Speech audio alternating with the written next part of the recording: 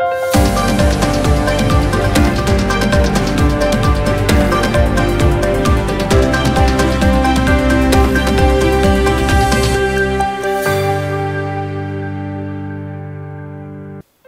मी Priyanka Shankarnath news चॅनलच्या मराठी बातमीपत्रात आपलं स्वागत करते। पाहुयात आजच्या काही मुख्य बातम्या। लोकसभा सार्वत्रिक निवडणुकीच्या पहिल्या टप्प्यामध्ये मतदानाच्या टक्केवारीवरून विविध संघटनांनी प्रश्नचिन्ह उपस्थित केले आहे। तसेच अनेक नागरिकांनी नावे मतदार यादीत नसल्याने त्याचा जाब विचारण्यासाठी नागरिकांनी जिल्हाधिकारी कार्यालयात धाव घेतली होती। लोकसभा निवडणुकीच्या पहिल्या टप्प्याचे मतदान गेल्या 19 एप्रिल रोजी पार पडले। निवडणूक प्रक्रिया यशस्वी करण्यासाठी कर्मचारी रात्रंदिवस राबले, परंतु त्यापैकीच अनेक निवडणूक कर्मचाऱ्यांनाच मतदानापासून वंचित राहावे लागल्याचा प्रकार उघडकीस आला आहे।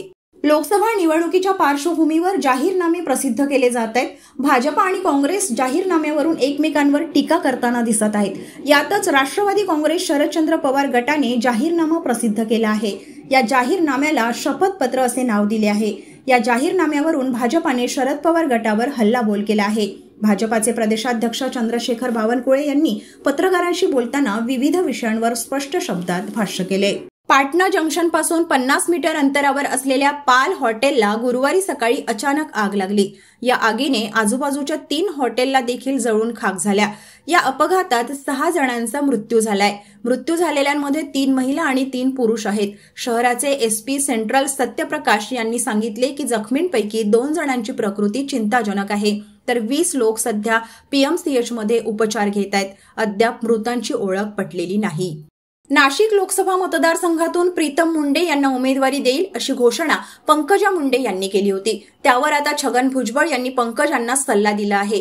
पंकजा मुंडे यांनी बीड लोकसभा मतदारसंघात लक्ष केंद्रित करावे, त्यात तेथून निवडून येणे महत्त्वाचे असल्याचे छगन भुजबळ यांनी म्हटले आहे। नाशिकमध्ये उमेदवार नाही ही अडचण नाही, तर जास्त उमेदवार आहेत ही अडचण असल्याचे छगन भुजबळ यांनी म्हटले आहे। इतकेच नाही तर वंजारी समाजाचेही अनेक उमेदवार आमच्याकडे असल्याचा दावा भुजबळ यांनी केला आहे। ते आज नाशिकमध्ये पत्रकारांशी बोलत होते। पंतप्रधान नरेंद्र मोदी एवढ्या सभा का घेत आहे याचे आश्चर्य वाटत आहे।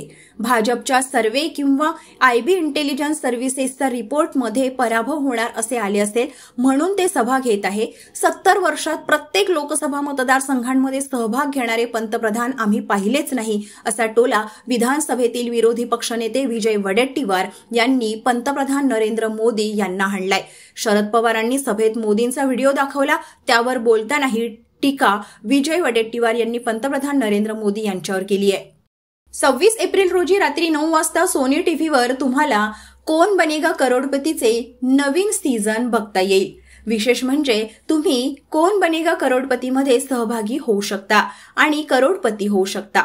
थेट बिग बी अर्थात अमिताभ बच्चन यांच्या पुढे बसून कोण बनेगा करोडपती खेळत त्यांच्याशी गप्पा देखील मारू शकता। अमिताभ बच्चन हे सध्या त्यांच्या कोण बनेगा करोडपतीच्या नव्या सीझनमुळे चर्चेत आहेत। अमिताभ बच्चन यांनी नुकताच खुलासा केला की एकही ब्रेक न घेता त्यांनी कोण बनेगा करोडपतीची 8 तास शूटिंग केली। यावेळी सेटची झलक दाखवताना देखील अमिताभ बच्चन दिसले।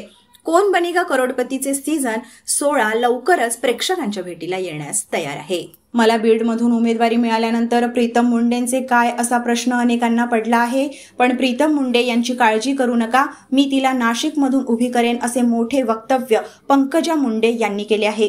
बीडमध्ये लोकसभेच्या प्रचारासाठी आयोजित सभेमध्ये त्यांनी हे वक्तव्य केले आहे। लोकसभा निवडणूक 2024 साठी नाशिक मतदारसंघात नेमका कोणत्या उमेदवाराला तिकीट मिळणार याविषयी अद्यापही महायुती जागा वाटपावरून रस्सीखेच सुरूच आहे। पुण्यात आज राष्ट्रवादी काँग्रेस शरदचंद्र पवार पक्षाचा जाहीरनामा प्रसिद्ध करण्यात आला। याला शपथनामा असे नाव देण्यात आले आहे। या जाहीरनाम्यातून घरगुती वापराचा गॅस, शासकीय नोकऱ्या आणि महिलांना नोकऱ्यांमध्ये आरक्षण या संदर्भात काही महत्त्वाच्या घोषणा करण्यात आल्या आहेत। राष्ट्रवादी काँग्रेस शरदचंद्र पवार पक्षाचे अध्यक्ष शरद पवार, प्रदेशाध्यक्ष जयंत पाटील यांच्या उपस्थितीत हा जाहीरनामा प्रसिद्ध करण्यात आला। जयंत पाटील यांनी शपथनाम्यातील आश्वासनांची माहिती दिली। त्याआधी त्यांनी मोदी सरकारवर जोरदार टीका केली। मागच्या 10 वर्षात मतदारांची फसवणूक झाली, देशात महागाईचे प्रमाण वाढले, 45 वर्षातील सर्वात जास्त बेरोजगारी दर आता आहे, शेतकऱ्यांची दुरावस्था झाली आहे, कॉर्पोरेटसाठी पक्षपाती धोरणं राबवली, सरकारी यंत्रणांचा गैरवापर केला असे आरोप जयंत पाटील यांनी केले। अवघ्या आठवड्याभरात यूपीमध्ये भाजपला दुसरा धक्का बसला आहे।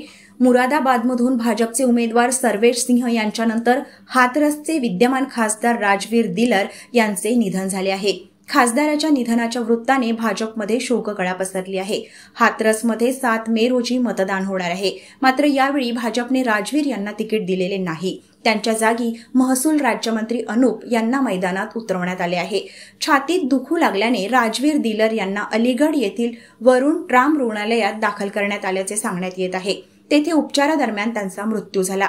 22 एप्रिल रोजी अलीगढमध्ये पंतप्रधान मोदींच्या रॅलीमध्ये ते मंचावर उपस्थित होते। राजवीरचे वडील किशनलाल दिलर हेही सलग 4 वेळा हाथरसमधून खासदार राहिले आहेत। सरकारी व अनुदानित शाळांपासून 1 किलोमीटर परिसरात कार्यरत असलेल्या स्वयं अर्थसहाय्यित खासगी शाळांना आरटीई प्रवेशातून सूट देण्याच्या नवीन नियमाला मुंबई उच्च न्यायालयाच्या नागपूर खंडपीठात आव्हान देण्यात आले आहे।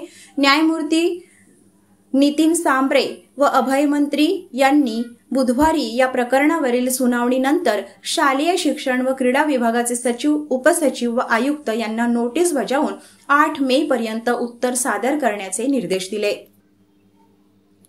स्वतःला शिवसेनेचे प्रमुख मानणाऱ्या उद्धव ठाकरे यांना अयोध्येतील प्राणप्रतिष्ठा सोहळ्याचे निमंत्रण दिले होते, पण हे नकली शिवसेनेचे प्रमुख सोनिया गांधींच्या भीतीने प्राणप्रतिष्ठा सोहळ्याला गेले नाहीत, अशी टीका केंद्रीय मंत्री अमित शहा यांनी ठाकरेंवर केली।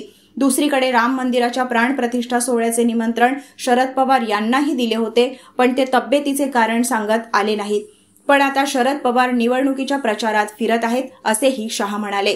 लोकसभा निवडणुकीच्या प्रचारानिमित्त आज केंद्रीय गृहमंत्री अमित शहा अमरावती दौऱ्यावर होते। यावेळी त्यांनी जाहीर सभेला संबोधित केले। यावेळी अमित शहा यांनी काँग्रेस नेते राहुल गांधी यांच्यावरही निशाणा साधला।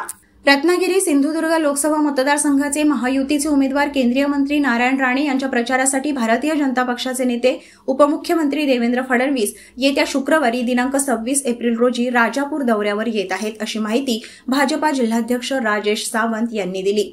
रत्नागिरी सिंधुदुर्ग लोकसभा मतदारसंघामध्ये सध्या सर्वत्र महायुतीचा प्रचार सुरू असून अब की बार 400 पार फिर से एक बार मोदी सरकार हा निर्धार करत महायुतीचे कार्यकर्ते केंद्रीय मंत्री नारायण राणे यांच्या प्रचारात उतरले आहेत। याच पार्श्वभूमीवर येत्या शुक्रवारी 26 एप्रिल रोजी भाजपा नेते उपमुख्यमंत्री देवेंद्र फडणवीस राजापूर दौऱ्यावर येत आहेत। राजापूर शहरातील राजीव गांधी क्रीडांगणावर दुपारी 3:30 वाजता त्यांच्या जाहीर सभेचे आयोजन करण्यात आले आहे। अंमलबजावणी संचालनालयाने म्हणजेच ईडी शिवसेना उद्धव बाळासाहेब ठाकरे नेते संजय राऊत यांचे बंधू प्रवीण राऊत यांची 73.62 कोटी रुपयांची स्थावर मालमत्ता तात्पुरती जप्त केली आहे। पत्राचाळ पुनर्विकास प्रकरणात केंद्रीय अन्वेषण यंत्रणेने मनी लॉन्ड्रिंग प्रतिबंधक कायद्याच्या म्हणजेच PMLA तरतुदीनुसार ही कारवाई केली आहे। हे प्रकरण मेसर्स गुरु आशिष कन्स्ट्रक्शन प्रायव्हेट लिमिटेड म्हणजेच GACPL द्वारे मुंबईतील गोरेगाव येथील पत्राचाळ प्रकल्पाच्या पुनर्विकासात कथित अनियमिततेशी संबंधित आहे। लोकसभा निवडणुकीच्या दुसऱ्या टप्प्यातल्या प्रचार तोफा काल थंडावल्या। या टप्प्यात 13 राज्य आणि केंद्रशासित प्रदेशातल्या 88 लोकसभा मतदारसंघात शुक्रवारी मतदान होणार आहे। यामध्ये राज्यातल्या बुलढाणा, अमरावती, अकोला, वर्धा, यवतमाळ, वाशिम, नांदेड, परभणी, हिंगोली या मतदारसंघांचा समावेश आहे। या 8 मतदारसंघात एकूण 16,589 मतदान केंद्र आहे। अमरावती, हिंगोली आणि परभणीत 30 पेक्षा अधिक उमेदवार रिंगणात आहे। त्यामुळे या ठिकाणी मतदान यंत्रासोबत अकोल्यात प्रत्येकी 3 बॅलेट युनिट तर 1 उर्वरित मतदारसंघात प्रत्येकी 2 बॅलेट युनिट वापरले जाणार आहे। तर हे होतं आजचं बातमीपत्र। पुन्हा भेटूयात पुढील बातमीपत्रात। तोवर बघत राहा शंखनाद आवाज सत्याचा। नमस्कार।